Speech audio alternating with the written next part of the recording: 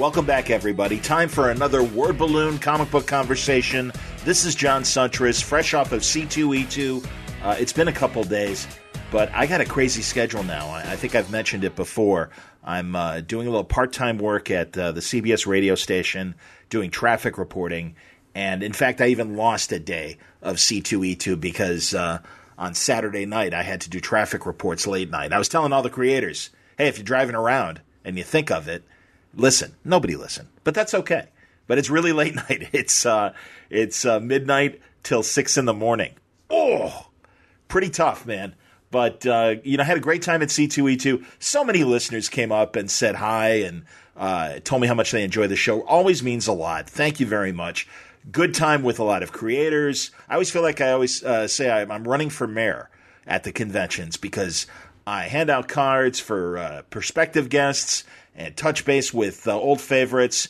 And, man, from the Benson sisters, Julie and Shauna, who do such a great job on Batgirl Birds of Prey, to Dan Jurgens, Greg Rucka, all my, Chicago guys that set up, but also so many great out-of-towners as well. And, man, I'm just kicking myself for the people that I miss that I'm friends with. Jordy Belair, Dex Shalvey, and my buddy Brent Schoonover. I can't believe I didn't get a chance to talk to those people, but I think it was a good C2E2, and I've booked some prospective future guests, both new and old, and I think we're going to have a nice summer, all of us. So, meantime, I thought this was a good opportunity to slip in this conversation with John Morris. John Morris has written 2 very funny books for Quirk Books, and I want to get these titles correct. It's The League of Regrettable Superheroes is his first book, and then The Legion of Regrettable Supervillains. Back in 1997, John started a website called Gone and Forgotten that chronicled some of the more ridiculous superheroes and supervillains going back to the golden age of comics all the way up to the modern day. And I heard him first in, God, is it that long ago? 2001 on This American Life to talk about his blog and this subject. And, he had the obvious like Matter Eater Lad and people like that. But, man, I'll tell you, both of these books are fantastic. And the supervillain book is the more recent one. But, it's hilarious, and this gives us a chance. It's kind of like a virtual long box as we discuss some of the heroes and villains that John chronicles in these books. But it's also a great opportunity to talk about some really fun creators as well. And I think you're going to enjoy this conversation. It's a lot of fun. And also, John is one of the hosts of Just One More Thing, a great Columbo podcast. And I'm a huge Columbo fan, as you'll hear at the end of the conversation when we have to talk a little bit about Lieutenant Columbo, Peter Falk. Man, I was a kid when it was originally on back in the 70s. I have watched those episodes nonstop in the same way that I watched Barney Miller and The Odd Couple and The Honeymooners and some of those other classic TV shows. And I even enjoyed the 90s TV movies. And you can hear John wince, I think, when we talk about the 90s Columbos. But I don't care, man. It's Peter Falk in a trench coat. You had me at a low. So this is a really fun conversation, and I look forward to sharing it with you today. John Morris talking about some of the more goofier superheroes and supervillains and the history of comic books as well in this episode of Word Balloon. Word Balloon is brought to you by the League of Word Balloon listeners. Thank you, League, for your support. More newcomers this week, which means a lot. And in fact, some even approached me at C2E2 and said, hey, man, I support you on Patreon. So it gave me the chance to thank them personally and say thank you very much, League, for your support, Leaguers. And you can do the same if you can spare it. If you think what I do here at Word Balloon is, what I try to make it, this kind of virtual Comic-Con panel or audio magazine, when you consider the different subjects that we talk about. I mean, yeah, I cover what's going on in DC and Marvel, but I try to hit the other publishers as well, and also just have great, fun, interesting conversations with great creators and people like John Morris, who love comics as well, and are adding to the conversation with their contributions. So thank you very much, League, for your support. If you'd like to be one of the League of Word Balloon listeners, you can go to wordballoon.com, click on the Patreon ad there. Do you think Word Balloon is worth the price of a comic book a month? If you can spare that, that's terrific. Thank you very much, League, for your support. Word Balloon is also brought to you by InStock Trades at InStockTrades.com, and I am looking at some of the new trades that are coming out this Comic Book Wednesday from InStock Trades, and it is quite the collection. Some great Mark Waid stuff, like Flash by Mark Waid, Trade Paperback Book 2. Mark Waid, Greg LaRocque, and others. Ty Templeton, I think, does the cover, and this is great stuff, man, featuring all of the Flashes, not just Wally, not just Barry, but the great Jay Garrick as well, and some of the other wonderful contributions to the Flash world that Mark Waid made. 432 pages. It's 50% off. It's just $17.49. You can get Captain America Volume 2 from Marvel Knights. And this, what does this collect? It collects the Captain America 2002 comic from number 17 to 32. It has Captain America Red, White, and Blue. Was that Jeff Loeb's thing? I think that was Jeff Loeb's thing, wasn't it? Dave Gibbons, I'm guessing Robert Morales, Robert Kirkman, Lee Weeks, Chris Pachalo, J. Scott Campbell, and Scott Eaton, I believe, are our creators featured. Dave Gibbons did that wonderful Cap Lives, which kind of provides this great alternate history. And you get a cool Dave Johnson cover as well. It's 42% off for 488 pages, $20.29. You can also get, let's see. I mean, I see all this mainstream stuff. All right, here we go. Saga. This is Saga, the deluxe hardcover, Volume 2. Brian K. Vaughan, Fiona Staples. Believe me, kids, I've been trying to get Brian Vaughan on Word Balloon, hopefully someday. But this collects, let's see, which issues? It's 18 issues of Saga, and it's Volume 2, so I guess that's issue 19 through, you're going to make me do the math, aren't you?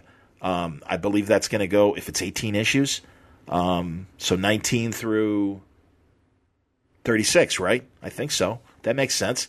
It's 464 pages, 42% off. It's just $28.99. There's a hell of a lot more, and I might mention some more great trades waiting for you at InStockTrades.com. Don't forget, if your orders are $50 or more, you'll receive free shipping. My friends at InStockTrades.com will treat you right. They pack this stuff very carefully, and they give you great books at great prices. InStockTrades.com. All right, without further ado, let us join John Morris and get into this great discussion about regrettable superheroes and villains and the creators that made them. And, I got to ask, because there's some familiar names that you're going to hear about. People like Siegel and Schuster and other wonderful creators. Joe Simon, the co-creator of Captain America, certainly a man that has created his share of weird superheroes and supervillains. But it's great to talk about them and Columbo with John Morris now on Word Balloon. John Morris, welcome to Word Balloon, and congratulations on the first book. Very psyched for this new one. Yeah, thanks so very much. I'm pretty psyched about it, too. I mentioned to you as we were scheduling this, I heard your very great segment on This American Life, on a great episode that I think, at the very least, people can still stream, if not download, called Superheroes. And weren't you on directly with Ira Glass? I was on directly with Ira Glass. I think this might have even been before This American Life was quite the phenomenon it was, so I got to be the hipster guest. How do you know Ira, or did you know Ira prior to the book? I did not. I was contacted by Starlee Kine, who is one of the producers at the time on the show, and she'd come across the blog. They were putting together – they had already nailed all the top talent, I think, because Chris Ware, John Hodgman were both on. And they had two interesting stories about people who were trying to be superheroes or had superhero-like elements. And I believe I was probably just filling out a little extra space. Well, you did good. I was certainly laughing and appreciated the subject of your book. Am I right? Wasn't there I don't remember if he narrated it himself, but wasn't there like a Michael Chabon short story where it was about Superman and Lois kind of breaking up for a little while, and Lois decides to have like a normal, ordinary boyfriend, and it's from his point of view, and it's the cutest story about how obviously who could compare to Superman, and just this like real like the other man kind of syndrome of him dating Lois. Had you heard that? I as a fellow who runs an exhaustive Superman blog on top of everything else, I am embarrassed to say no. I had actually never heard of that before. It's great, and that, as well as your segment and the other ones that were on the superhero episode, people should look for that. And then also another great public radio show, and now I'm blanking. What's it called? Where, oh, darn it. I can't remember it now. Sorry, everybody. I'll put it in the post notes and after John and I talk.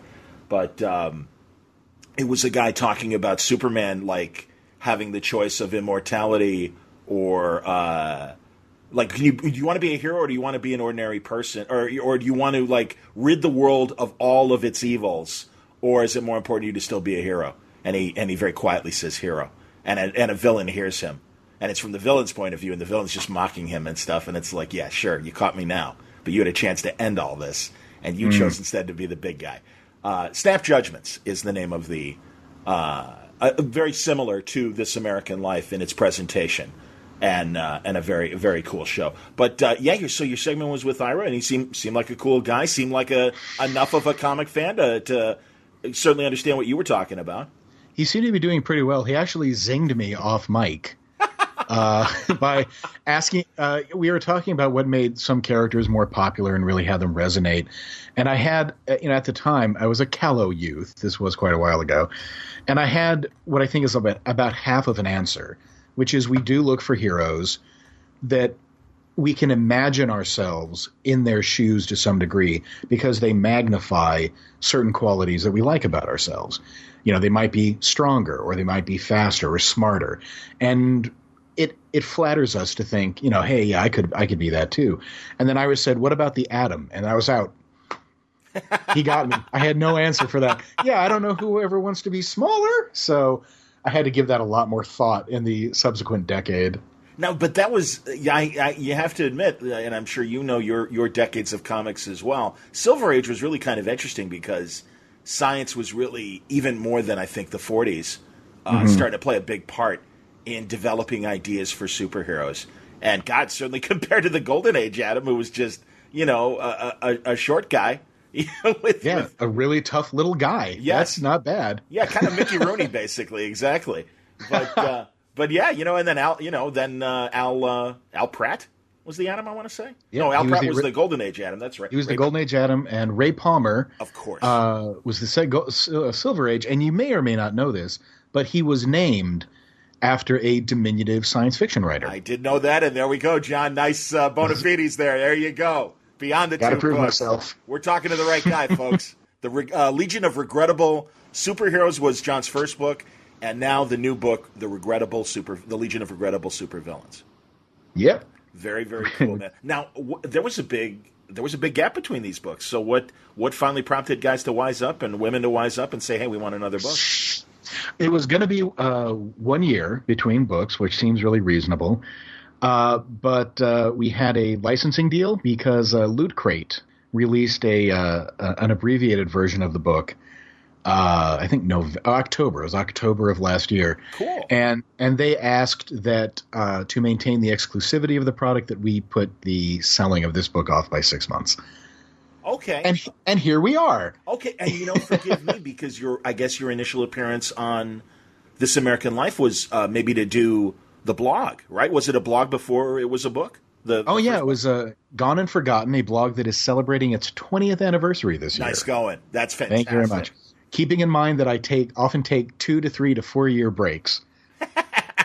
So that 20 years accounts for maybe 11 years of writing. But right, no problem. Here we are. That's excellent, man. And forgive. So, what the URL for that blog again?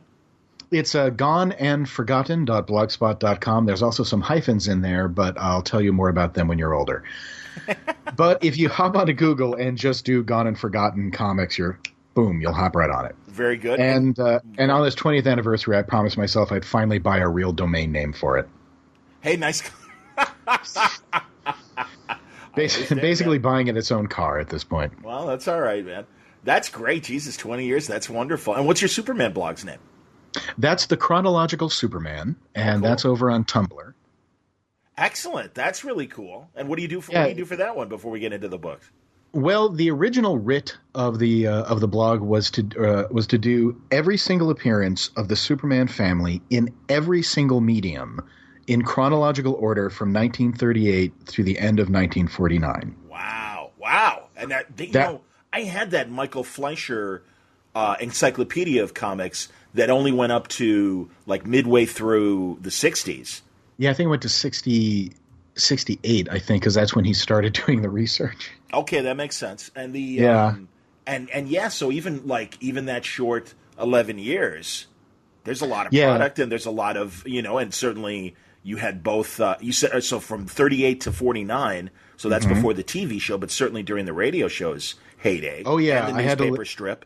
Yep. I had to listen to every episode of the radio show. There's Sunday and daily newspapers. There was a movie serial, came out right at the end of that, the Fleischer cartoons. Yep. Yes. World's Finest, World's Fair, Action, Superman, Superboy, and Adventure Comics. Damn.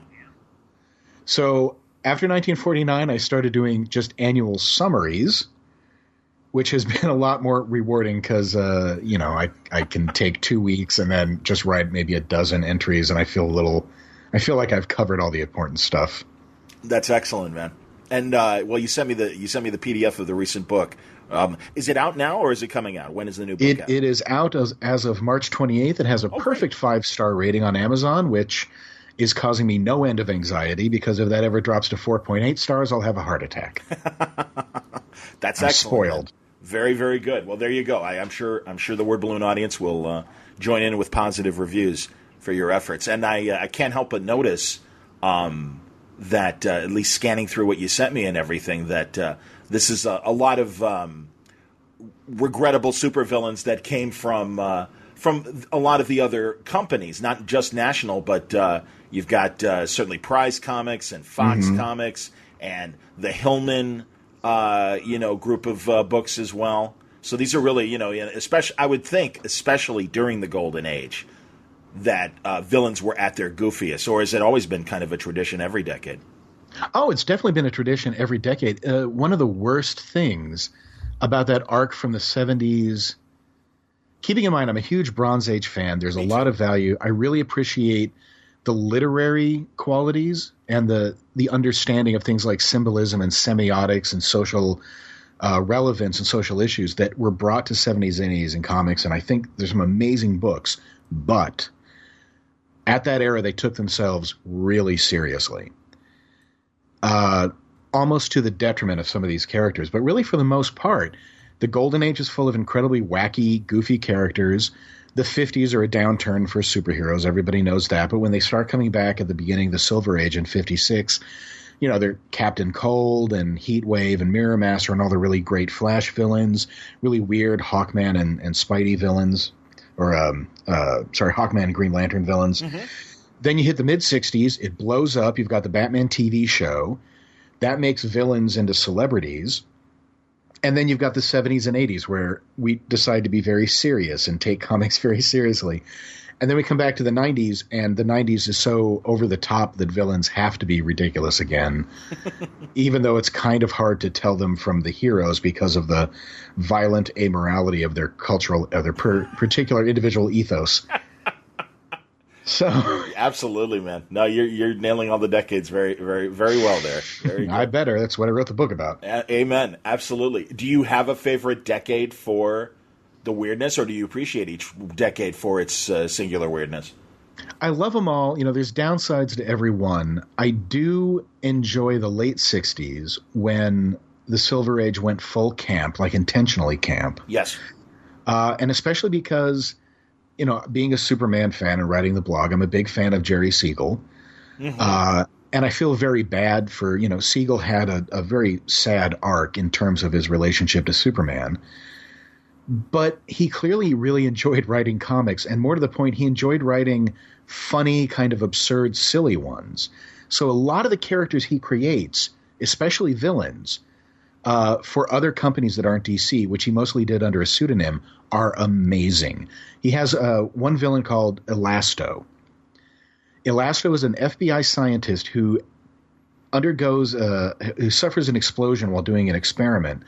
And it gives him the tremendous power of stretching almost limitlessly, but it also gives him terrible self-loathing. And he actually introduces himself to his fellow villains with, "My name is Elasto, and I need you to understand that I hate myself."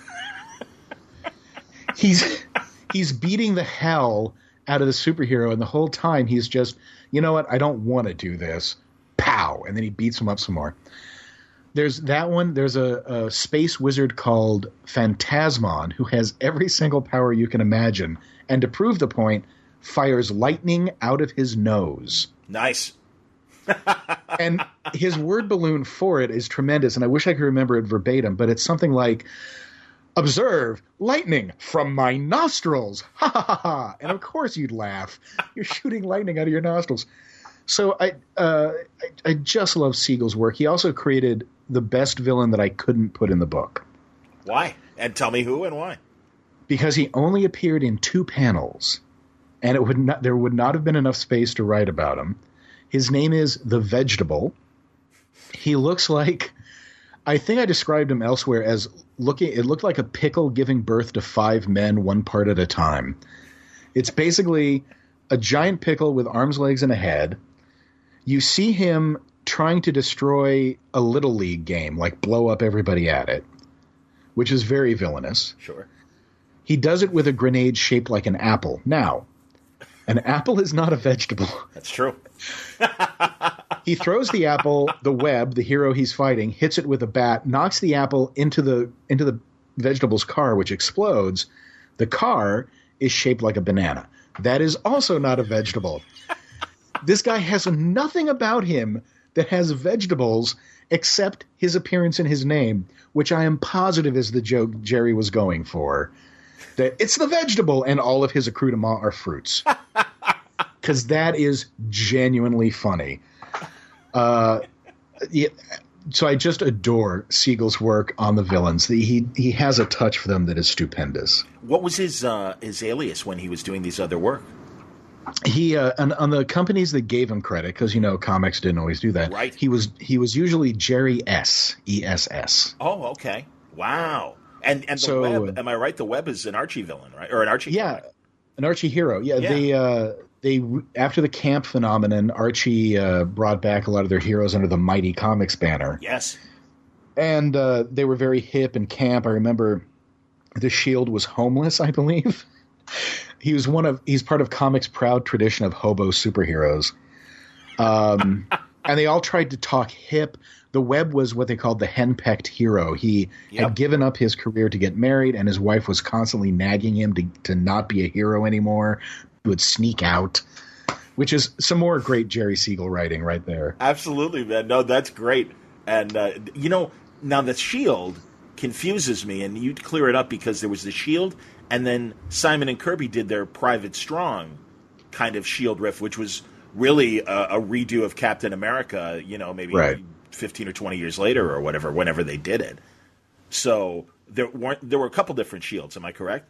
Yeah, MLJ, which eventually became Archie, had both the Shield and I believe it's Private Lancelot Strong, a.k.a. the Shield. Okay. Which they had to learn to live together in the 1980s, I believe it was, when the Blue Circle comic group came up, or Blue Circle? Red Circle. Blue Circle. Red Circle? Red Circle. You know what? I think I'm going to say Red Circle. Yeah, I'm pretty certain Red Circle. Go on. A colorful circle of some sort. Brought back the Mighty Crusaders and tried to elevate these characters for an 80s audience, and they wanted them all there, so Private Strong and the Shield had to somehow kind of deal with one another. That's hilarious. And I know, Archie's did a reboot of all their, stuff, and now it's Dark Circle.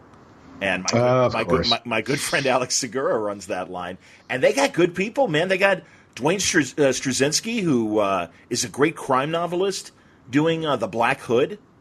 Oh, that's really good. Yeah, man. And, they have Dean Isn't Dean Haspel on that? Yes, Dino was doing The Fox. I do like that guy. Good. Oh, he's awesome. Yeah, and I understand that because really, Dino's great because he really does. He's got like a crazy kind of manic style and does throw humor, but is as good at doing real life comics or fun hero comics or even just, traditional straight up, what would count as DC and Marvel stuff today. He's multi-talented that way. I like that he can hop in and out of whatever role you need him. Exactly. Yeah, definitely. Like that guy. Now, and also I wanted to mention, because as I remember, I know it was featured on your blog, and I don't know if it was in the first book, but Siegel and Schuster's great creation, post-Superman, Funny Man. Funny Man is absolutely in the book, and I think he's the first example of what I really mean by regrettable, is that it's not that he's bad. he's a great character. His stuff is actually pretty funny. It's not the funniest book I've ever read, but it's pretty funny. It's engaging. It's enjoyable. And DC Comics would have preferred to lose a leg than let him get away with it. Wow. His feud with Leibowitz was apparently so strong, and the legacy of it was so strong that National really pursued them to. They had to take off the masthead that read "From the creators of Superman." That had to go. Wow. Because DC wouldn't let it. They put Siegel and Schuster on it, and DC was like, that's pretty closely associated with Superman. And of course, DC or National owned a lot of the distribution around the time, so that book didn't have a chance. It could have been the greatest comic ever made, and it would have died after 5 issues. Very interesting. Yeah. No, it's sad. And their distribution control limited the amount of books that Marvel was doing. They had a different distributor, and the guy went out. The company. The guy went out of the guy's car had a flat tire. The guy who had the truck. Yeah, exactly. And so they had to go to DC, and DC limited them to like 8 titles a month. And that's where we got, Tales of Suspense and all the Journey into Mystery that would have split books of, half of an Iron Man story and half of a Captain American story, or however, people know the divvy ups better than I'm giving them, but you know what I mean. Yeah, that's like a real testament to the quality of those ideas. Yes. That you could only do 8 books a month. You had real limited rack space. And when you look at the number of characters that came out during that period and were able to land, there's not a superhero they created who isn't still around today in some form or another. Very true. Absolutely. That's stunning. But yeah, I believe even didn't Charlton used to have? Yeah, I think Charlton used to have to deal with the DC distribution network. I didn't realize that, but that makes sense. Certainly, yeah. I will suggest that is an idea on my part that is definitely worth some kind of research. But I believe Charlton had to use them. Pretty crazy, man. No, do you read the Tomorrows magazines like Alter Ego and all these other great magazines? Do you ever contribute to these magazines? I've contributed to a couple back issues when I've needed to come in and do some illustration. But I do flip through the Tomorrows. They, of course, do the Jack Kirby Collector, right? That's right. I do love the Jack Kirby Collector. Mentioning Charlton, I know Alter Ego had a whole wonderful history of Charlton. And also, was it Sebring or whatever? The company that when Martin Goodman left Marvel. Oh, that was Atlas Seaboard. That's right, Atlas Seaboard. Thank you. Yes. One of my favorite companies because it was formed entirely out of spite. Yes, exactly. And boy, one of the weird little mysteries, I had Danny Fingeroff on at the end of last year. And, Danny's in the midst of prepping a new Stan Lee. He's working with Stan and doing his autobiography and everything and working with him. Oh, lovely. Yeah, and I'm like, you never hear much about Larry Lieber, Stan's brother, who dialogued the first Journey into Mystery with Thor. And I'm proud to own 2 Spider-Man comic strips from the Daily Strips where Larry was the artist and Stan wrote them. And my buddy Alex Saviuk was the inker on that. And just a really interesting guy. And Larry went with Martin to Atlas Seaboard. Yeah. In the 70s and stuff. And it was like, oh, wow, Stan's brother is working for this company of spite. So it's like, are they okay? Do they get along or whatever? And Danny kind of danced around the question. And I'm like, well, how come Larry's never at Larry Lieber's never at any of the cons and stuff? And he's like, they honored him one year at San Diego. But he's just a private guy. And he goes, he lets Stan kind of have the spotlight. And I don't know. How could you not let Stan have the spotlight? He'd take it from you. Just to flash back real quick. Comic Book Artist Magazine has a fantastic full issue dedicated to the Atlas Seaboard history. And I might be thinking of Comic Book Artists for the same treatment of Charlton as well. Possibly so. Because I think that might. Now that you say Comic Book Artists, yeah, man. No, this is great, and clearly.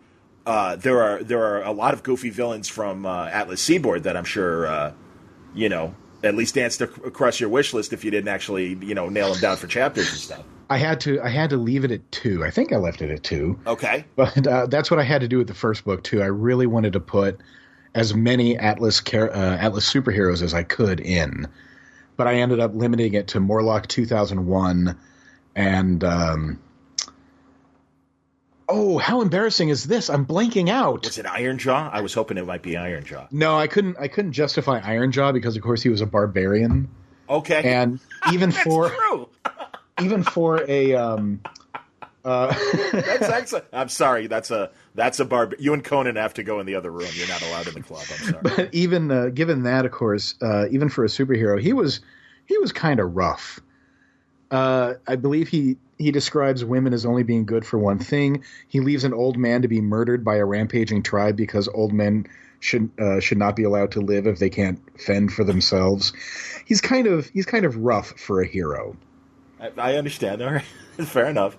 It was Phoenix, by the way. Phoenix the Protector. Okay. Sure. I went for because his story went so off the rails in the last issue, and he spent most of his time, basically mourning the Earth because he was no good at defending it. So nice. That is a fine hero. Not my favorite of the Atlas ones, but I do adore his nihilism. You mentioned Siegel obviously is a big writer. What other ironically great writers came up with some did you keep score or an Excel sheet where you're looking and going, God damn, look at that, man. Gil Kane really did a lot more of these goofy heroes and villains than I gave him credit. I really, in the first book, I ended up unintentionally crafting a real narrative out of Joe Simon's career. Because excellent choice. Go on. Oh, so good. I'm a major fan of what I decided to call the Simon Grandinetti verse, which nice. is that. Keep going. I know exactly where you're going. Go. Yeah, it's that Prez, Brother Power, Green Team, Champion Sports. I like to put Champion Sports in there. Go on. I'm missing one. I cannot recall. There's 4 of the books they worked on together, and I'm blanking. But I will just say that little collection of youth-oriented stories and books that he was doing are some of my favorite comics of all time. So both Prez and Brother Power got in there, yep. Both for just how outrageous they were, but also for their potential being cut off so early. Because I'm sure you heard the story that I believe it was Infantino was president of DC at the time, and he hated hippies so much that he canceled Brother Power. He refused to let it continue. I didn't know that was the reason why. That's fantastic. Go on. I hope I'm not blaming Infantino incorrectly, but I believe that's the story. And then Prez, you have to imagine, fell prey to the same problem. And then the Green Team just was a fatality of the comic book, the DC implosion, right? Because you can only find their second and third appearances in the comic canceled Cavalcade. Right, and tell people about the DC implosion. I bet you'd have a better handle on it than I would. It was an exciting time at DC Comics. They were really doing well in the TV licenses. They had their Welcome Back, Kotter show and ISIS, and the comics were doing quite well. They were really bursting out with a bunch of new weird series. They were integrating characters they hadn't used in a while. So the Secret Society of Supervillains, the Freedom Fighters. Yes. These were all kicking ass and taking names. And they advertised the upcoming DC explosion that was going to bring an exciting new Enemy Ace and a new Hawkman title and something with Mr. Miracle because Big Barda was featured and a Steve Ditko creation they'd never seen before called The Odd Man. And here they come. And all of a sudden the market collapsed. And they had to cancel, instead of bringing in new books, they canceled like 20 titles or some immense number of titles, including Firestorm and Black Lightning and a lot of their sort of fringe popular characters. But for years at the conventions, if you knew the right guy, you could get your hands on a photocopy of the finished art for all of those unpublished stories. And that was called the Canceled Comics Cavalcade.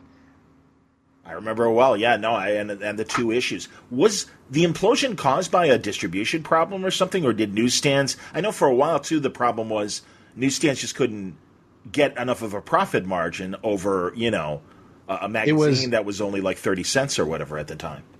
I believe it was a threefold shock, and that there was a hike in the printing and materials cost.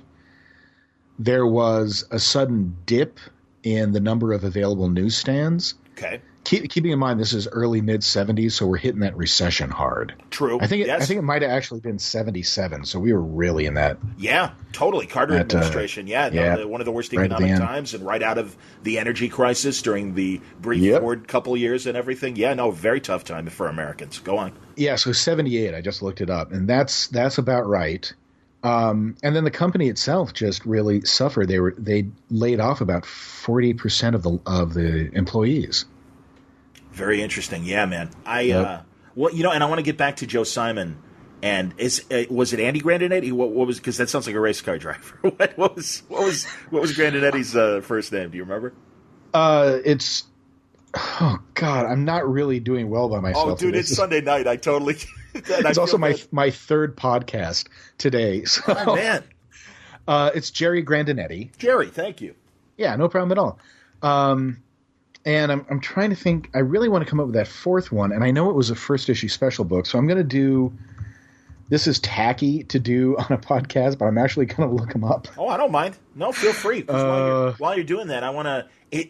Joe Simon really was the go-to packaging guy that several companies, when they thought that their line needed a kick in the ass, they would go to, and completely understandably well, because on the one hand, Simon did create all these really goofy characters that I'm sure likely, pepper your books. But again, people know he co-created Captain America with Jack Kirby. And going to those kid teen books as he did in the 70s, well, the reason why was during the war and in the 50s, like the two great explosions were boy teen books like Boy Commandos and Boys Ranch were huge successes.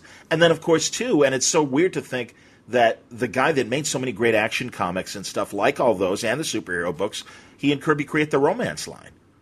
And that becomes a big deal too. So like Joe Simon left the comics world during the 50s, and when things got tough during the Wortham era of Senate investigations and links of child delinquency to comics and stuff. Joe Simon's like, hey man, I'm a newspaper guy, I'm a good writer and stuff. Goes back to the advertising world, gets involved in New York politics, and helps. I want to say Rockefeller with his gubernatorial campaign, Nelson Rockefeller. And just as this guy, and it's like every now and then we get this call in the 60s from Archie, hey, reboot our line and stuff and help us with our heroes. And that's why, like, characters like the Web and stuff, I know Joe Simon had a hand in that reboot. And again, in the 70s with DC, those first issue specials, and really the only good one that the Sandman, you can argue if it was good or bad, and that was Simon and Kirby coming up with a different kind of Sandman. But I always loved Marty Pasco and Walt Simonson's Dr. Fate. Oh, that's a solid one. I tell you, most of first issue special I really enjoyed. I like DC's weird anthology comics of the era. I still have my collection of Wanted. I still have my first issue specials. Nice. I did find out The Outsiders, by the way, was the other Simon Grandinetti piece. Oh, very cool. A different Outsiders group. Very nice. Different Outsiders. They were all, and they're in the first book, and they're all weird mutants. I vaguely remember that now that you say that. Go on. They live under a hospital, and they find other weird mutants, and they all make a family. That's right. They live under a hospital. That's so fantastic. Yeah, to continue singing Joe Simon's praises, when Harvey Comics wanted to get back into the superhero game, for one reason or another, they didn't just resurrect all their old 1940s heroes, but they had Simon create a whole bunch of new ones, and they are all weird and kind of off-putting and strange and really excited, with Otto Binder doing the actual script writing on them. So good. Yeah, go on. It's a great combination. So Jigsaw, for instance, was this is a story that, by the way, Simon will use over and over, I discovered. An astronaut goes into space, and he's badly injured, and he's rescued by aliens, and they stitch him back up, but they stitch him back up weird because they don't know what humans look like. Awesome. So he gets the power to stretch. All his tendons are super stretchy, but his skin isn't.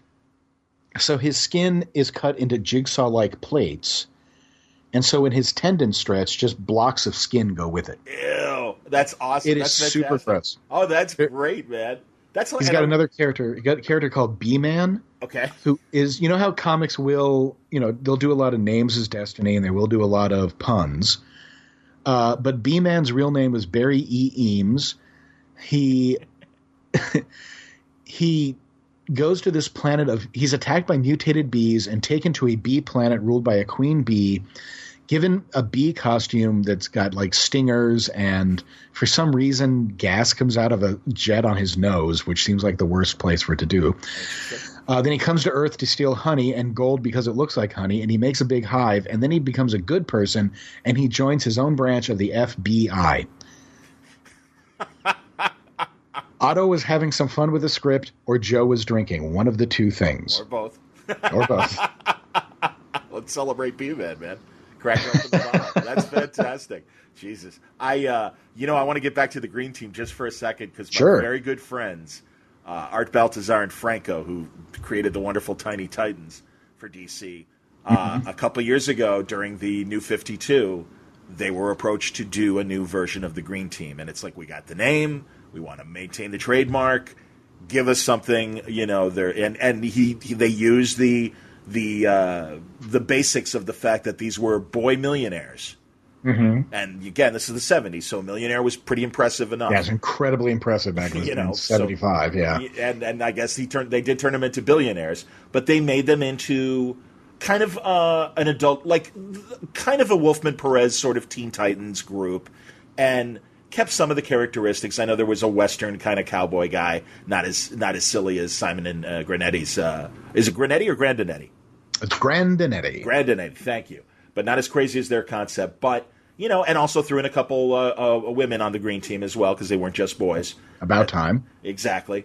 And, I really felt bad for them, because they had some really brilliant ideas that DC was I think the intent was modernize these, turn them into some sort of property that we can put to prospective producers and say, here's our library. Yeah, we got a few, goofy ideas that obviously wouldn't work in the past. So let's keep the name and make them a little more presentable. Because at one point I know they were like, hey, we want them to be aggressively pursuing old superhero tech, and had the Green Team maybe trying to buy a used Batmobile or show up in a used Batmobile. They had already done it. Yeah, exactly. And that's the laugh. And everyone they told, we'd all laugh. And DC's like, no, Batman, no Batman stuff can be in the book. And it's like, why?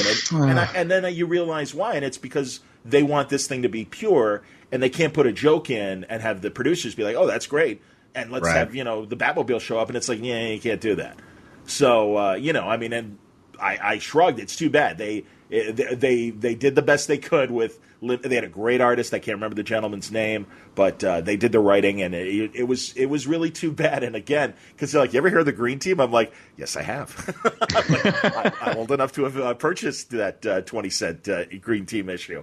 It's kind of a shame. This is one of the things that I don't read much in the way of mainstream superhero comics anymore. Okay. And part of what pushed me out of that is knowing that when they come up with an exciting idea, they're probably going to cancel it in 3 issues. Yeah. And go on. Yes, please. Well, it's just, and of course they would do that back in the 50s, 60s, and 70s. Sure. But back then, the format of comics was to tell a whole story in an issue. Very true. And now what you get is, well, it's going to be a 6-issue arc or a 12-issue arc, and it goes 3 issues, and you're just left hanging. And not, it's not like everybody can be Tom King and get the Omega Men pulled to 12 issues. Yes, indeed. I know Tom is listening and very happy that you've just name-checked them. So that's. Oh, let me name-check the hell out of him, because that's one of the few writers from the mainstream, too, that I'm reading consistently. That's excellent. And it's great stuff. Tom's a genius. He'll be back on Word Balloon, I'm sure, in the next month or so. He's got a couple really good big Batman stories coming up. So tell him I said hi. I absolutely will, man. No, that's great. And honestly, I've been talking with other guests about that frustration, I think, with DC and Marvel, where they have very specific. They crunch the numbers. They know how much a book needs to make it economically feasible, and are really even careful with. All right, how much is that writer costing us a month? How much is this artist costing us a month? And you're right. I mean, really, a lot of really great ideas. It takes, especially now when there are so many great comics in every genre, it is so hard to get noticed. And I made the comparison of DC and Marvel like they're McDonald's and Burger King. And it's like every now and then they'll put steak on the menu, and it might be great, even for McDonald's and Burger King. But the likelihood of that sticking around is not very, because They make their money with meat and potatoes, and it's like, no, man, people just want cheeseburgers from them. They want more Superman, more Spider-Man, more X-Men, and the like, and there just isn't room for, or at least the time. I feel like it's an endless cycle, because you give people nothing but Batman and then some smaller stuff. Well, they're not going to buy the smaller stuff, so they'll keep buying Batman, and then you'll make more Batman, and pretty soon everybody's Batman. Yes. I have a great theory. I think this is a good practice. Every 3 months, you take all of the green-lighted DC Comics movies, and you pick one that you know is going to suck. So let's go back a year. You take Suicide Squad, and you say, you know what, we're not going to make this, but we're going to take the $180 million, and we're going to put that into trying out some new comics. Oh, if only. And then you just produce every crazy thing you can think of, throw it all at the wall. If something sticks, 2 years later, you make a movie out of that. It pays off. Oh, man. We need you in the boardroom. That would be great. Yep. If only. No, absolutely. That's going to be a long climb, and I don't think I'll make it, but I appreciate the endorsement. Well, you clearly get it, man. You got good taste, and even in celebrating these regrettable characters and stuff. No, it's fun to revisit them. Is there a publisher that you can extrapolate and say, man, these guys just cranked out nothing but Harvey's Thriller line, is definitely high up. Atlas Seaboard, very good. Also very high on the list. And Harvey, give the time frame for Harvey's Thriller line. Harvey Thriller, 66 through 68, I think, maybe 69. I assumed you were talking more about the original horror and mystery line that Harvey did, but okay, fine. You're the mid 60s Harvey attempt. Okay. Yeah, those are all the Thriller line, because they didn't want to just say superheroes. Everybody else was saying superheroes. I do like a lot of the old Harvey characters. I'm a huge Black Cat fan. I think that's one of the best books they did in the 40s. No, absolutely, man. And the Harvey Thriller line, did they do those 2 issues of Eisner's Spirit as part of that? They did. There you go. So that's about the same time, yeah. Okay. All right. Go on. So those guys are really solid. Back in the 40s, Hillman Periodicals was really good, and they had one title that every single entry was one of the most bizarre superheroes I'd ever seen, and I absolutely loved all of them. And I'm going to run them by you real quick. By all means. And if you want to hear more, let me know. Zippo. This was a man. This is a hero clearly inspired by the Zippo lighter, but rather than having fire powers, he had wheels that let him run 75 miles an hour, and they threw off sparks. Okay.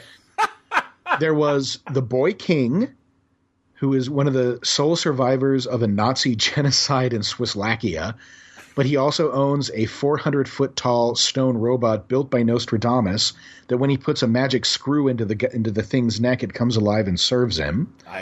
Alex Ross rebooted Boy King. Ross did. For Project Superheroes for Dynamite. Go on. I guarantee you the original is so much cooler. So let's see. There is Twilight, who, as near as I can tell, is dressed like a werewolf. I couldn't tell you why. And he has a talking parrot named Snoopy. Interesting. There's my favorites, Nightmare and Sleepy. They are unemployed hobo wrestlers who dress like a skeleton and kind of a baby version of the Grim Reaper. I'm going to skip a few because I want to tell you about this one. There's a character named the Iron Lady. She has mechanical gloves that give her incredible grip and strength. But since she hides them in a muff, she is often referred to as the Muff. A name that I'm sure will strike terror into the hearts of many. Fly that by today's very actively vocal comic book comic book audience. I dare you to get that through in the 21st century. How's that going to work? Bring it back. I don't understand. This was so huge in 1944. What's the problem? Yeah, the Muff was enormous in 1944. Clearly. The Muff strikes back. The Muff returns. The Muff rises. It sounds like it's made heaven. Oh my God! All-star Muff. There's a million titles here, Larry. We got to do this. The muffing joke. For God's sake, somebody do this. That's fantastic. The Muff. That's what. Because at first I thought the Iron Lady might be the Tower Comics enemy of Dynamo and their group. The Thunder Agents. Yeah, Thunder Agents. Exactly. See, I made up for not remembering Jerry Grandinetti's first name right there. So very happy. That's awesome, man. Jesus. I love, it's such a gold mine. Because, I have friends that, would love to write their own comics and they don't know what to do. And I'm like, there's so many great public domain heroes from Fiction House, Hillman, King Comics and Fox Comics and stuff, and some of these other defunct publications that I've talked to Alex Ross about his Project Superpowers from that standpoint. And they're just, at the very least, it's like, okay, you got a name. Yeah. And I don't know exactly if with public domain you have to depict them as they were in the 40s. So if we were to do our Muff comic, we would have to, have it be as she was, back then and everything. But, I know they've done Airboy. I know Airboy's come back a few times, and they've always kept him in the 40s and things. It's tricky. The public domain thing is really complicated because of how properties and inventory were sold. So sometimes there's a character you think is public domain. I just helped out an anthology that was successfully Kickstartered called Not Forgotten, which is a collection of new stories featuring old public domain characters. And one of the ways I helped them out is, having had some experience in determining what constitutes public domain, I got their list of every character they wanted in there, and it was just a heartbreaking matter of going through and saying, well, this character was created by Fox, and its lot was bought by Quality, and therefore it's probably owned by DC, even though it hasn't seen the light of day in 80 years. There you go. Go on. Yeah. So it's a real shame. But there are some, there's abandoned copyrights. Most 1940s copyright or public domain characters, you can just take and run with them, like Superpowers did. Project Superpowers, at least the first few issues, these characters came out of Pandora's urn looking just like they did, using the same names, and then, of course, changed over the course of the story. Yep. So, I read a little bit of that. I knew you would. Attaboy. Yeah, they were frozen in time, I guess, in that Project Superpowers story, and would come up in there. That's one of the tricky things about bringing these characters back, is everybody feels like you have to come up with an excuse. Like, why haven't we seen them in 70 years? Well, that was a real good one. I got to give them getting trapped in Pandora's urn is a real good explanation for why they vanished. Absolutely. That's so funny, man. That's great. But I'm sorry, I interrupted you there, so please do continue. No. I'm trying to think of, I was just saying, like Fiction House and Hillman, they had so many great characters, and so I'm interested. Tell me about Not Forgotten. Which surviving heroes are they going to be able to play with? They were able to get what's his name, Black Terror, which I think is pretty much the one character everybody does. Yeah. Which is fine. If people don't know, Black Terror has kind of a Superman, typical bodysuit, but it's all black. The cape is black, and there's a Jolly Rogers skull and crossbones on his chest. Domino mask as well. He looks like a pirate Superman, and he's a pharmacist in his secret identity, the most crime-fighting of all secret identities. Well, let's see. We've got Atomic Man. We've got Doc Strange. That's one of your America's Best characters. Yes. Mr. Mystic, the Black Knight. Mars Mason was one of those intergalactic types. Black Satan, the Scarlet Avenger. Airmail. Interesting. One of the worst-named superheroes of all time. Because he and his sidekick were Airmail and Stampy. Nice. Stampy. But that's why Stan Lee hates sidekicks, by the way. Stampy. Enough said. What I love about him is they're part of the long tradition of hobo superheroes. Man. I love them. There's a ton of, when I started writing this, there's a ton of impoverished, unemployed, and hobo superheroes in comics. That's insane. It's my next project. Truly. Is it really? It might be just a personal one, but I'm really into the idea. Every time I find one, I'm shocked. But, there was, in the 1940s, hobos were a big part of the culture because a lot of people were, displaced by the Great Depression. So yes, a lot of mythology popped up. It's not unusual to have a good person be without a home or without a job. So I like that. I like that comics were willing to embrace the working class back then, because they kind of don't anymore. That's true. No, you're right. That's really and really, I did kind of gloss over that when you first said it, and I'm glad you brought it back, because it is interesting that was an idea. But like you said, there were just vagabonds that were kind of just traveling the the country and were displaced by the Depression or even displaced by the wars and everything. So that is plausible. And I mean, wow, that's crazy. Vagabonds. To go back to Jack Kirby and Joe Simon, they had a character called the Vagabond Prince, who was a greeting card writer who lived in utter poverty, and he was the legal owner of every piece of land in the city where he lived. But crooks took the deed from him. So he was the Vagabond Prince of the city. That's awesome. Oh, my God. That's a good one. That's a really good one. Jesus, man. Hilarious. All right, so was there, now, and we said, Siegel from a writer standpoint, and Joe Simon we mentioned, are there artists that, really kind of became, known for coming up with goofy stuff? Well, Otto Binder is always a big part of this. Understood. Great writer. Great, and of course, basically the 60s, as the Silver Age, as we understand it, could not have happened without him. Rattle off some of the A-list stuff that Otto Binder. I had on. Was it Dennis Kitchen who just wrote the great Otto Binder? Or he just wrote a great. I take that back. One of the Mad Magazine great artists, and prior to that, they re-released his Otto Binder biography. I think it's Dennis Kitchen. I have got to check that out. I actually have not seen it. It's so good.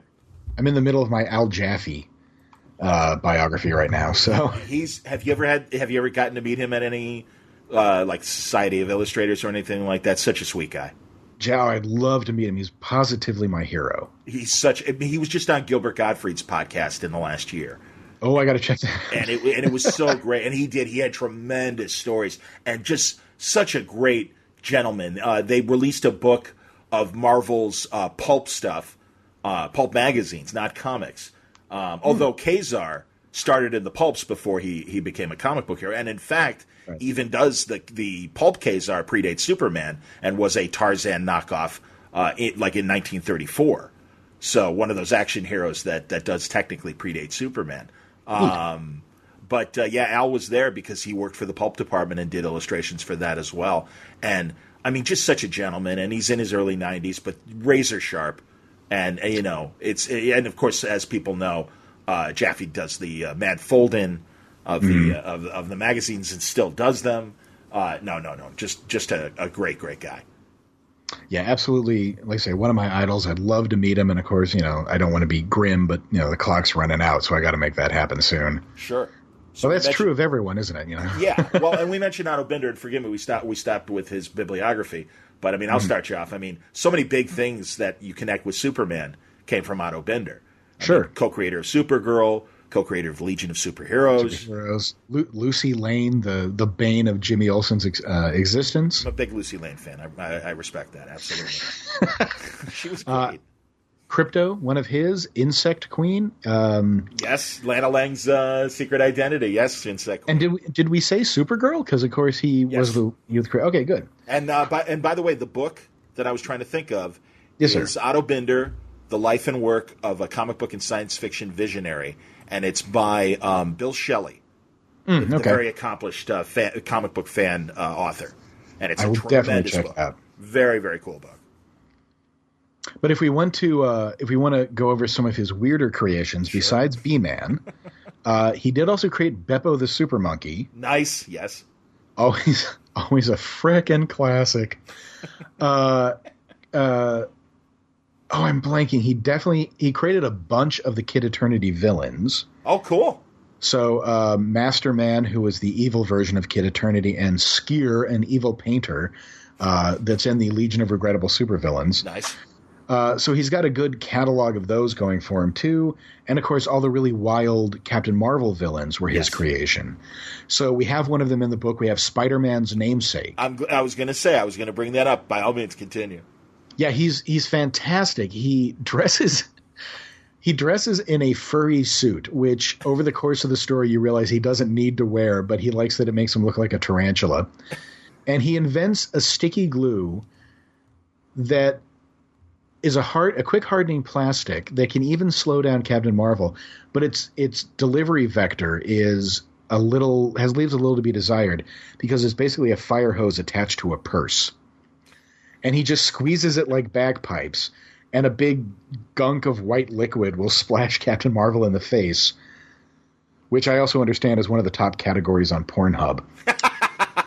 But nice. So there's also, Mr. Atom and Talkie Tawny and and I have to mention his greatest creation. My friend Dave Lartigue will never let me down if I forget. Space Cabbie. I love Space Cabbie as well. They're charming stories. Did you see? And I don't know if you're watching at all the new Justice League Action 10-minute cartoons. I have not seen them. No, they're only 10 minutes. They are only 10 minutes, which is crazy. They are buried in the early morning on Cartoon Network. And thank God I have, cable and a programmable DVR so that I can grab them. But literally, there was a wonderful 10-minute adventure with Space Cabbie and Superman, and Mr. Mind. So there was like a total Otto Binder fest. And there's three I love. All right, exactly, man. And it's like Mr. Mind did some crime on some planet, and it's Superman's job to collect him, or to bring him to this planet for justice, and it's on a red sun, so he needs Space Cabbie to get him there. And it's like Paul Dini is among the writers, and it's all the great current DC of the last 25 years, DC animation writers that know how to do this stuff so well. And my concern was, I'm like, are we going to get enough story in 9 minutes? And he's like, oh yeah. And I'm like, okay, fine. And as you just heard, this thing, and really that's just the premise. They do a great job in it. It lives up to its name. It is action-packed. They are very fun stories. There is a definite angle of humor, but they still respect the purpose of the hero and stuff. And it's not just like Teen Titans Teen Titans Go, which I do love. Do you love Teen Titans Go? I'm a big fan of. I actually like the original Teen Titans cartoon better than Go. I like the mania of it. Yeah. But I enjoyed I like a good narrative. I respect that, absolutely. And that's No, and that's the thing. I think you get a little bit of the Teen Titans Go humor, not as crazy as they get, but you really do get good story. And yeah, man, no, I, again, like you, would read those DC Superstars of Space, 100-page spectaculars and the 80-page giants, and you'd occasionally get a Space Cabbie story in there, and I love Space Cabbie. Huge. Huge. I like all those really charming DC science fiction stories that had kind of a well, what about that kind of ending to it? How do you feature? It was all very suburban and pleasant. Yes. Well, and again, it was coming off of the whole juvenile delinquency thing, so they had to make sure that their stories and their characters were squeaky clean. And I think they achieved that. And then it's funny because, and again, as someone that like yourself that does a Superman blog and appreciates all the different eras of Superman, I always feel like the Weisinger era gets shit on so many times by kids who don't really understand that while they were telling adventure stories, they were also doing parody of pop culture. And that's why Alan Funt of Candid Camera shows up in a Superman comic, or Jimmy Olsen gets the idea of doing caveman Beatles because he's time traveled, and and not to mention the other million, crazy things that happen to Jimmy in that great comic book. But aren't these stupid? And it's like, no, they're meant to be funny, and also they're meant to be funny for a kid audience. They were made for this tweener audience, and it's like, sorry that it's not sophisticated. I'm sorry you're not getting Frasier in this month's Superman. It's hard to remember sometimes when you're reading these, especially. I have to remind myself periodically they were written for 8-year-olds. Yes, yeah, you're right. Maybe I was being kind. And I think you're being kind because you're right. Weisinger used to tell the story used to say that any idea he had for a Superman comic, one of the kids in his neighborhood would tell him that he wanted to see it in a comic. Yes, which, let's say that was about 10% true, but he was talking about 8 and 9-year-old kids. And he was trying to write comics for them, which doesn't necessarily explain, say, the Edmund Hamilton stories or Superman Under the Red Sun or the death of Superman, True. Or all his obvious, weird issues for therapy that, bless Mort Weisinger, but clearly that man needed to go to therapy. Oh, man. Well, you hear those horror stories where he's holding out checks and literally making creators jump for their money and stuff. Yeah, no, douchebag. And I'm sorry that he had his problems. It's interesting. There's a comic book history group on Facebook that the people there were kind enough to say, hey, if you want to join. And I'm like, oh, sure, I don't have much to contribute. I mean, I'm kind of a fan like everybody else. Every now and then I find something. But yes, somebody recently, I think it was Sean Howe even, the guy who wrote that great unlicensed Marvel history, was like looking for like, can I, anyone else have really good Mort Weisinger interviews or things I can look at for more background and stuff? Because I mean, it's weird, and certainly there aren't that many survivors left that can tell you what it was like to work for him. Yeah. Len Wein, who I love, has had his share of weird villains, and I wondered if any of his Bronze Age Marvel creations maybe made your list.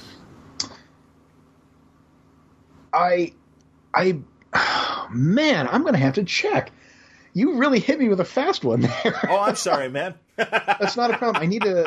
There's a couple of Silver Age villains that I now can't remember, or sorry, not Silver Age, Bronze Age villains, that I now actually can't remember if he had a hand in. Okay. I'm gonna check real quick. While you're checking, go on. Black Talon. Okay. All right. Black Talon definitely gets a mention because, of course, he's a guy dressed like an evil chicken, and I would be very remiss if I did not include him. Okay, so my confusion was Swarm is in the book, and I couldn't remember if that was Bill Mantlo or Len Wein. Okay. Len Wein. Okay. And it is Mantlo, one of my other favorite creators from Marvel's 1970s, 1980s. So at the very least, I got Black Talon in there. That's cool. Did Captain Strong from Superman make it in there? No, and I would never put him in there. I love him so. I did notice when the book was done that I had managed to avoid putting any Superman villains in there. Interesting. Yeah, I feel embarrassed because obviously it was my bias, and it was only later I realized, for crying out loud, Terraman. Yes. A space cowboy who fights Superman with like radioactive tumbleweeds and flies a Pegasus and is based on Clint Eastwood, but they gave him a mustache so it didn't look too similar. That was an obvious one. That should have gone in, and I feel really bad that it didn't. I love Terraman, though. And didn't Neil Adams draw the original Terraman? He drew the original cover, which is where the Clint Eastwood likeness was strongest. Okay, and if not his first appearance, then maybe his origin? Because it sure as hell looks like Neil Adams' art. I believe he did the origin of young Toby Manning being abducted. Okay. And it was Swan doing the first appearance. Oh, very cool. That's excellent, man. Vartox, of course, another Superman Vartox villain. Is great. Carb Brack probably would have been in if I had thought about it. Who's No, I don't remember Carb Brack, please. Here we go. Carb Brack was an alien from the Andromeda system who disguised himself as a normal human being, but was allergic to Superman.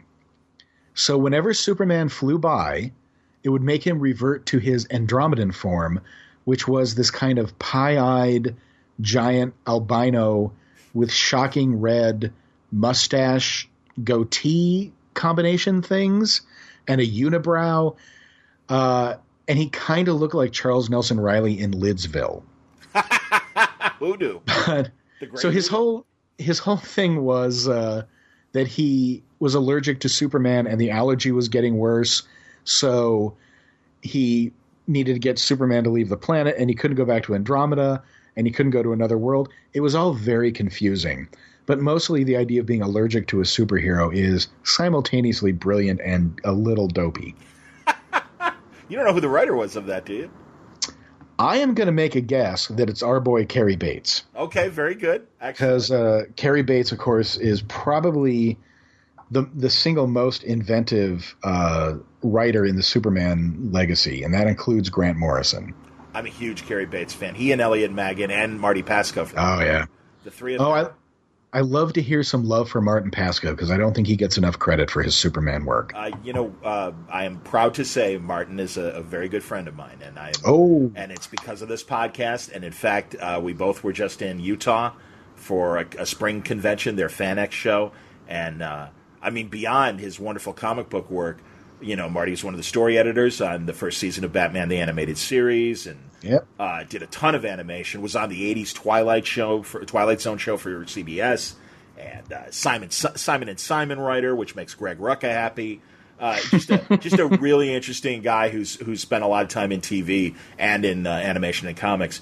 And I always, and it's so funny because Marty is like, well, I'm not Carey, I'm not Elliot. They were the great Superman writers. I'm like, Marty, you were a hell of a Superman writer, and it really, his own self-modesty and stuff. It's like, it was really fun to see so many people go up and really excited to see him at the Salt Lake City show. I was very happy about that. Yeah, I would wildly disagree with that self-assessment of his because honestly one of my favorites. That's awesome, man. I will pass on the love. That's great. Tom King and Marty Pasco getting a shout out today. So far so good. I'll make a list. That's excellent, man. And I was going to say, is there one more? Actually, I'm on a page right now, and I have to point out the enemy of Yankee Boy, Reefer King. Reefer King. Yeah, the weird thing about him is that this was during the 1940s, and his primary sin wasn't giving out funny cigarettes, and it wasn't even that marijuana caused people to commit crimes, which is, the old reefer madness argument. It was that he was undermining the rationing of tobacco during World War II. That was his primary crime, is that he was not paying taxes and helping the war effort. He was selling marijuana and getting around it. Wow. Yeah, priorities are messed up. But, hey, we're a capitalism, so that's your big problem. And the villain of Yankee Boy, and this was Harry Chesler comics. Yep, a Harry. That's awesome, man. In fact, I've got a weird thing I've been reading up on for the blog lately because, Yankee Boy was an ongoing character and pretty common. But Chesler also did a Yankee Girl character who appeared in Dynamic Comics, which was Yankee Boy's home. Okay. And she appeared in an issue where there was no Yankee Boy.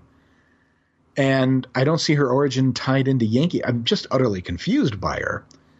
And more specifically, like what the editorship was. So I'm in the process of getting all the Yankee Boys put under my belt and trying to figure that one out. That's awesome, man. That's fantastic. Man, again, the name of your blog, because people are going to want to go there and check this stuff out. Gone and Forgotten. Gone and Forgotten. Very excellent. And again, it is the League of Regrettable Supervillains. That's the new book that just came out at the end of March, and the companion book, The League of Regrettable Superheroes. But another reason why I wanted to talk to you, John, if we still have a little time. Sure we do. Because you've done several podcasts today, and I know how that is sometimes. I do. Yeah, it's been a long day. Absolutely, man. But I did want to mention just one more thing, your Columbo podcast. Yes, sir. And I like how you phrased that. So it became a reveal. I'd like to ask just one more thing. There you go. I've been running a Columbo podcast with my good friend RJ White for the last, I think we got to be coming up on our 3rd anniversary. Very good. We watch an episode with a special guest, and then we record us all talking about the episode. Oh, man. So 3 years, and you're doing it 3 years. It's bi-weekly, and we much like with the blog, we take long breaks sometimes. Okay. Because where are you right now? Because I did go back, honestly, I'm a massive Columbo fan, and I'm looking for good Columbo talk in the pod sphere. So I was very pleased to find your show. How far into the run are you on? Because, of course, there was the NBC run, right? And then there was the ABC TV movies, which I got to be honest, I still kind of like them, and they're not, they're not the quality of the. Yeah, I know, believe me, and that's good. I appreciate your response. They vary in quality. The reason I'm wooing is because we just saw our contender for possibly the worst episode ever. Tell me. It's called No Time to Die. It's an adaptation of an Ed McBain 87th Precinct novel. I just saw it, too. It was just on TV this past It was just on a couple days ago. Yeah. Go on. Yeah, it's the most un-Columbo of the Columbos. Go on. I feel that it was a stealth pilot for an 87th Precinct story. My co-host feels that it was their attempt to revitalize Columbo with a new formula. It might be a peanut butter and chocolate thing where it's a little bit of both. Yeah. But yeah, there's no murder. There's no killer. Columbo is almost a supporting character in it. True. And there's some, you can question as to whether it was well written or well done. I think it was a decent adaptation of the story.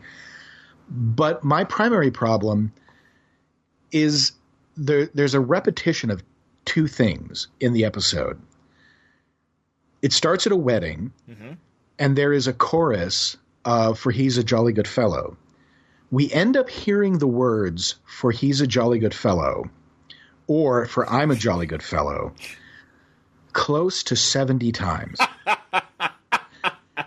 There is a Foley of a camera shutter that is going on through the entire wedding, and it's really loud. It's overlaid way too hard. Yes. We hear it more than 100 times in 10 minutes. It is so – by the time – so you get all the camera shutter, it's over. The For He's a Jolly Good Fellow starts, a few more camera shutters. The singing of For He's a Jolly Good Fellow goes on for another 10 minutes. By that point, I was no longer charitable with this episode. So I was very upset with him, very angry. I'm just learning to find a couple good things about it as I do the wrap-up notes for it. Hilarious. So were you going chronologically? Are you well into? Because that's near the end. That is near the end. No, we bounce around back and forth. We pick it because what we like to do is ask our guests to pick an episode, and we also like to pick an episode that has something thematically to do with our guests. So we are hopping around a lot, much to the consternation of some of our early listeners who were hoping we would do one at a time. And to the consternation of later listeners, because everybody asks to do the Johnny Cash episode, and that was the first one we did because, of course, everybody asks. Oh, so good! But I think we have for people looking that Swan Song, and it's a solid one. And Johnny Cash does pretty good. He does great. I mean, again, obviously, I'm not watching them as intently as you. And that's what I was going to say about your absolutely valid points about No Time to Die. Because I'm like, I don't think I noticed that as I would get up and make myself a peanut butter and jelly sandwich while casually watching this movie at, 10 in the morning. Yeah. I have to watch them twice before the podcast. And then I watch it a third time so I can grab screen caps for the Tumblr. Cool. And if it's a great episode, I love it. We watched Any Old Port in a Storm before this. That's a fun episode. We had such a blast with it. Donald Pleasance, another trip. Donald Pleasance, so good. No idea why he didn't come back for a second one, although he was on but he was on Mrs. Columbo once. Oh, I didn't know that. Oh, man, you're even watching Mrs. Columbo, Wolf. I am. So RJ and I have a real split about the Columbos. He said he will tolerate 3 more Mrs. Columbos. I have 8 on recorded. We've done 1. I would love to do all 8, but I think I am pushing my luck, so we're only going to do another 3 episodes. Kate Mulgrew, who obviously became still an amazing actress on Orange is the New Black, and such a wonderful, and it's not her fault. She's just looking for a gig. Well, it's not. And we talk about this on the one time we covered it. I think Mrs. Columbo would have been a great detective show if only they took out the Columbo. Well, and they did for a while. They renamed it Kate Loves a Mystery. Yeah, by the time they got there, though, the damage was done. Absolutely. So. No question. But, it's basically a single mother with a newspaper job raising an 8-year-old, 9-year-old girl, trying to have it all, being super effective.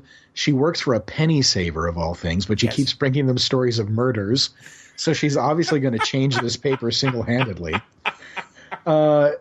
Yeah, I think it had humor and a lot of energy, and I just think it's the Columbo stuff that makes you roll your eyes. Yeah, you're right, man. No, you're right, because I do remember as a kid watching a handful of them, and they were okay, and they that was during that period when Universal really was such a machine at stamping out these crime shows. And, I mean, God, they had all their character actors under contract or great relations with them, or would, your Oscar Goldman guys like Richard Anderson and people like that they could just go to. Simon Oakland, Norman Fell. I mean, just, watch, mid-TV right now at 2 in the morning is a feast with all these McLeods and McMillan and Wife and all that stuff. Boy, to tie stuff around, Norman Fell was on the very short-lived but excellent black and white 87th Precinct TV show. I didn't know that. Go on. And he's one of the 2 actors I only know through comedies that I always thought would make amazing police officers. Sure. So I finally became aware of the TV show, watched the 87th Precinct. He's a much put upon, tired, can't deal with this sergeant, and he's great. And the other actor I always wanted to see as a cop was Ed O'Neill, and he eventually got L.A. Dragnet. So my dreams have been realized. God, that's crazy. We're recording on Easter Sunday, and L.A. Dragnet actually came up in our Easter afternoon conversation because someone was talking about how great Ed O'Neill was on Modern Family, and they liked Married with Children. I'm like, did you know about L.A. Dragnet? And they're like, no. And he's so good in that. And also, he didn't want to do it, and really kind of quoted this like FU sort of amount of money per episode of, well, if you want, and I'm just going to throw numbers out there, and well, if you want to pay me $200,000 a week, yeah, I'll do it. And his agent came back and said, they really want you. They're going to pay you $200,000 a week. And it's like, oh shit, all right, fine. And he said it was a decent experience, but he really was like, I don't want to. This is kind of when you're trying to replace Jack Webb and you're calling something, you dare to call something Dragnet. It's like, okay, I don't know if this is going to work, and of course it didn't. But that's fine. Is it a quality show? Was it a quality show? I loved it. It was an early Dick Wolf show, and it definitely had that vibe. But when it exceeded its formula, it was superb. And O'Neill has an amazing capacity. He played peevish for the most part. As a cop, he was peevish, by the book, by the numbers, get the job done. And he was, get really tired of all his younger compatriots. But when it fell to him to show some real depth of emotion for his cases, he just exploded with this level of acting I knew he could do, but you never got to see in his comedy roles. That's really cool. He's in one of my favorite Miami Vice episodes from the first season.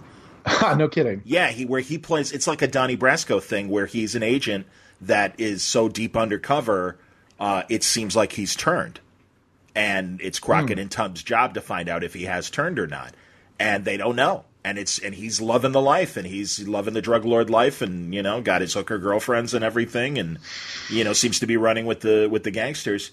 And oh god, he has some really good dramatic moments in that honestly, it's if you can get past the linen suits and the t-shirts and everything and the neon, I really do think Miami Vice is one of the great 80s crime shows. And, I've been meaning to watch a few, so I'll definitely start with an Ed O'Neill episode. There you go, man. Yeah, no, it was definitely within the first dozen. And nice. It's great. It really is great. Well, back to Columbo because sure, we got off on a tangent. Oh yeah, no, it's all good, man. I mean, and we do tons of tangents here on Word Balloon, so it's all good. And people appreciate them because they're interested in the old TV and old movies and old books and everything. But yeah, oh god, Peter Falk, just so consummate, and it's so interesting that.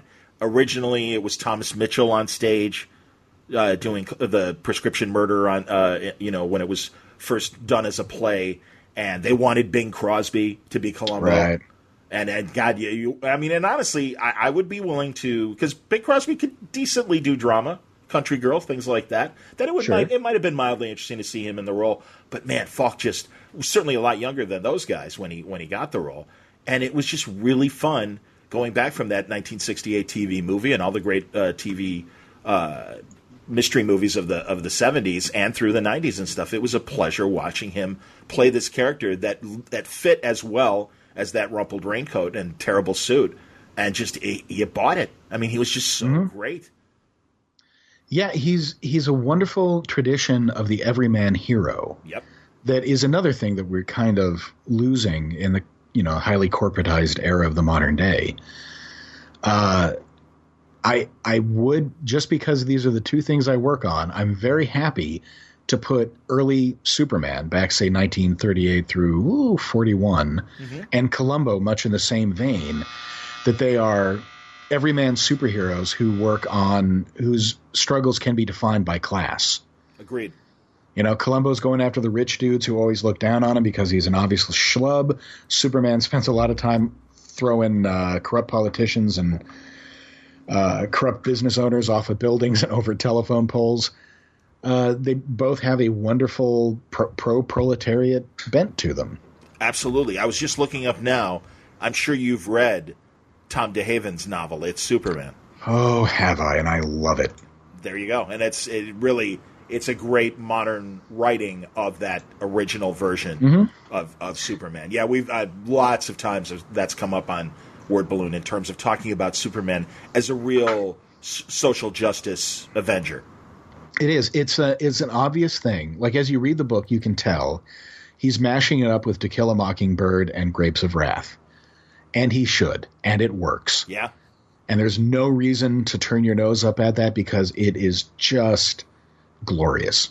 Couldn't agree more, man. No, I have somewhere I have something called a syllabus of steel, which I put out, and it's set up like a 4-year college course, and every stage it gets you deeper and deeper into Superman.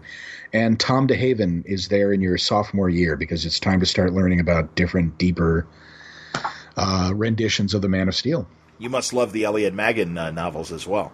I do love Elliot Maggin. I celebrate Miracle Monday every year. Attaboy, that's fantastic. That's great. I had the pleasure of having him finally on the show a couple of years ago, and met him at a few San Diego Comic-Cons. And yeah, man, those are also excellent books and so hard to find. And I don't know, there must be some sort of rights issue that keeps Warner or whoever owns Warner Books today from bringing those back out, because both Last Son of Krypton and Miracle Monday are such great reads, and it's Bronze Age Superman, but really written for a novel and dare I say for an adult audience, because it's all the great tropes of, Silver Age Superman and Lex Luthor growing up together, and why Lex became bald and why they hate each other, but they were friends when they were kids. That was the great thing about Smallville, and I'm sure you agree. It was really great to see them modernize that relationship, because that is one of the great things about Luthor that got lost, was he knew how to push Superman's buttons because he knew him when. Yeah, it's a beautiful sea change in 61 when they introduce this sudden backstory and they give him a first name and everything, because he's been running around until then as just Luthor, a villainous scientist, no real background. He just hates Superman. When they give him that connection to his teenage years, suddenly you can make Lex Luthor sympathetic, and you can kind of feel some, I don't want to say rooting for him, but there's a story in the early 60s where Luthor defeats Superman, and he's excited. He can't believe it. And then later it's revealed that it's a Superman robot. Yep. And he has managed to rob Fort Knox, but he's so upset that he was tricked into thinking he destroyed Superman and hadn't, that he gives the gold back. Because it was meaningless without victory over Superman. That is brilliant. That is a fantastic addition to the character. That's excellent. I just remember that imaginary story where he finally kills him with kryptonite poison and has that look of joy, that single panel of the most happy Luthor you've ever seen. I finally did it. I've killed Superman.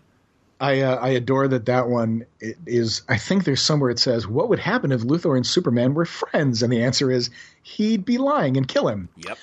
But yeah, that's the one with the puny ants panel where Jimmy Olsen is testifying, and Luthor from his glass cage in the courtroom just sneers the puny ants. That's fantastic. I forgot about, the very Eichmann-like glass booth. I mean, that was clearly still on minds of people that saw the post-World War II Nuremberg trials and stuff. Oh, man, that's awesome. Good. Say this is great, John. There we go. Good recall, man. I love it. Well, dude, thank you. Honestly, I could easily go on longer on Columbo with you, and would tell people to check out Just One More Thing. Is that the name of the Tumblr as well? It's jomtpodcast.tumblr.com. We're also on Twitter at jomtpodcast. Probably the website is jomtpodcast.com. It's just easier to find us that way. I understand. Just one more, because Just One More Thing, that's what every Columbo fan calls everything they do. This is true. I can appreciate that. Yeah, that's fair. Definitely. The Nicole Williamson episode, I think, is another favorite of mine. And I was bummed. I read a book that kind of went through all the Columbo episodes, and the author went to talk to him, and he's like, I really don't have any memories. It was really just, another acting job or whatever. And it's like, man, he was really one of the best Columbo villains, I thought. He's no Patrick McGowan, don't get me wrong. That's how to dial a murder, I believe. There you go. Yeah, with all the movie props and everything. And yeah, he was a good one, and didn't get used again. It's not the greatest Columbo episode either. I think no, it could have been stronger. I feel like some of the really good potential killers were sunk by that. Sunk by what? Sunk by not having the best possible script. Fair enough. Yeah. There's a lot of great ones. There's one creepy '90s one with William Shatner. Where he Butterfly in Shades of Grey. Yeah, and Molly Hagan plays his stepdaughter. And there's a lot of creepy kind of like it's like one of the most disturbing William Shatner roles, and it should have. There's definitely a hint of incest in it. Yeah. What the hell, man? It's fantastic. It's one of our favorite '90s episodes. Good for you. It's the '90s. You got to go a little weird, or else it's just going to be. Let's put a little kink in this. What do you guys think? I got to tell you, that's the best Columbo accent I've heard. Impression I've heard on any podcast. Oh, dude, I appreciate that, and I would love to talk more Columbo with you anytime. So if you're hard up for a guest, it would be very fun, and you're not obligated at all. I was just about to invite you on, so I think that's perfectly well, that's fair. Very nice. Thank you, man. Yeah, that's very cool. No, honestly, I could go on forever. I love Dabney Coleman. I thought did a great job in his '90s Columbo. I wish he had been a killer in the '70s. That's one of my big regrets because totally. I'm an absolute Dabney Coleman super fan. And he's in that one Jack Cassidy episode. Yeah, he's a cop in one episode. Yeah, and it's great because it's so even in this like little bit role where he's got less than 10 lines, I'm sure in the episode, he is totally Slap Maxwell or Buffalo Bill or any of your favorite. I forget the name of the mayor on Mary Hartman. Mary Hartman, I am too, but yeah, I love him in all those things. But yeah, or on Golden Pond where he's just I'll tell you what, not really impressed with you. Just like if he's not chewing gum, he's mentally chewing gum. I love how angrily he chews. It's one of his best things. And it's really cool. I didn't know until Falk passed away that he was part of Peter Falk's inner circle of friends and everything, and that's great. Yeah. So, man, no, it's such a huge fan. Well, that's very nice, man. I appreciate that, and anytime I would love to come on and talk Columbo, and I have enough of a list that I'm sure I could find an episode that hasn't been covered yet. And I'd be happy to talk about it. So I'd even be willing to do. Well, if you guys, it sounds like you guys already did the Shatner crazy one because I'm in radio. Yeah, day job's in radio, so we've done our Shatners. I think we might have one more radio one. I'll let you know. Okay, no problem. We'll do some hunting down. I'll see if we can find you up on one. That's awesome, man. No, seriously, Jack, congratulations. A really, really funny book, and honestly, because sometimes people can get overly snarky with comics and stuff, and it's interesting to me that in this day there are still people that are like, yeah, comics, whatever. And it's just like, hey, man, it's cool that you don't like it. That's fine, but don't be a douche about it. And you tease these things, but you tease them with love and you tease them with knowledge, man. I think it took a while to learn that. I have to admit, my first couple of years of the blog was pure snark. But yeah, after a while, I really learned. I hope I learned to talk about them in a respectful and affectionate, if slightly mocking way. No, man, I love them. And also, again, I urge people to seek out This American Life.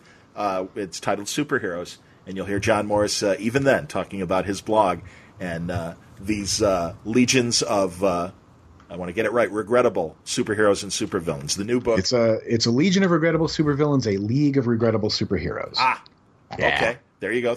We wanted to make it difficult. Well, my Patreon subscribers are the League of Word Balloon listeners. Oh, nice. Oh, you have to. You got a group of people and you're in comics. It's got to be a league or a legion or a society or something. So there you go. Yeah, got to stay on brand. Excellent. Well, John Morris, thank you very much for coming on Word Balloon today. It was a really fun conversation. Absolutely my pleasure. Thank you so much for having me. John Morris, grab his books from Quirk Books, and I think you'll enjoy them. And also check out his blog as well. And further, that would be Gone and Forgotten. And also check out the Columbo podcast, Just One More Thing.